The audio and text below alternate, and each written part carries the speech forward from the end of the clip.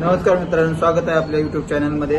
मी आपला दोस्त मिलिंद बचाव आपल्या या यूट्यूब चॅनलमध्ये आपल्या सर्वांचे स्वागत करत आहे।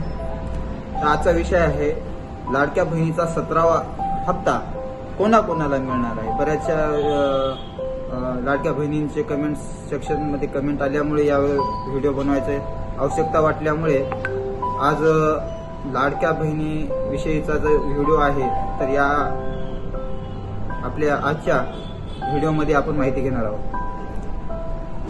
तर सर्वप्रथम जर आपण आमच्या चॅनलवरती नवीन असाल तर सर्वांना विनंती आहे की माझ्या यूट्यूब चॅनलला सबस्क्राईब करून बेल आयकॉनला प्रेस करा, जेणेकरून नवीन नवीन व्हिडिओ संदर्भातली माहिती आपल्यापर्यंत पोहोचत राहील। तर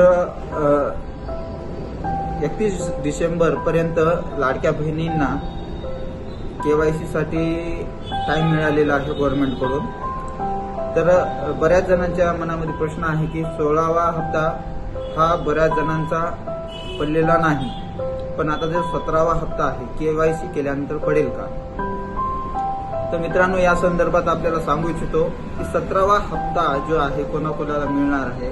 17वा हप्ता जो आहे लाडक्या बहिणीचा, तो 16वा हप्ता ज्याला ज्याला मिळाला आहे तर अशा लाडक्या बहिणींना जो आता येणारा जो 17वा हप्ता आहे तो 16वा हप्ता ज्या लाडक्या बहिणींना मिळालेला आहे तर 17वा हप्ता अशा लाडक्या बहिणींना मिळणार आहे। त्यानंतर 2 नंबरचा पॉइंट आहे डीबीटी ऍक्टिव्ह आहे का। डीबीटी ऍक्टिव्ह असेल अशाच लाडक्या बहिणींना 17वा हप्ता त्यांच्या खात्यामध्ये मिळणार आहे।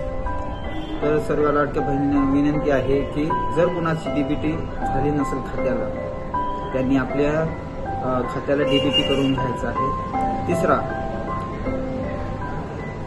17वा हप्ता हा KYC केलेल्याच महिलेला मिळणार आहे का।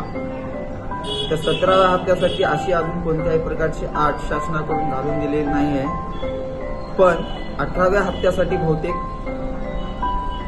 हे म्हणजे काय म्हणतात त्याला, अनिवार्य राहील KYC करणं। तर सगळ्या लाडक्या बहिणींना विनंती आहे की 31 डिसेंबर पर्यंत आपल्याला गव्हर्नमेंटकडून सरकारकडून 31 डिसेंबर पर्यंत KYC ची। आता चौथा आणि महत्वाचा पॉइंट आहे। चौथा पॉइंट आहे की एका राशन कार्डवरती किती महिलांना लाभ मिळणार आहे। तर मित्रांनो, शासनाकडून एका राशन कार्डवरती 2च महिलांना पात्र असो ग्राह्य धरले आहे। त्यामुळे एका राशन कार्डावरती 2च महिलांना जे आहे पात्र सरकारमार्फत करण्यात आलेली आहे। तर ह्यानंतर समजा एका राशन कार्डवरती जर 3 महिला लाडक्या बहिणीच्या योजनेमध्ये होत्या, अशांना आता 3ऱ्या लाडक्या बहिणींना अपात्र करण्यात येणार आहे।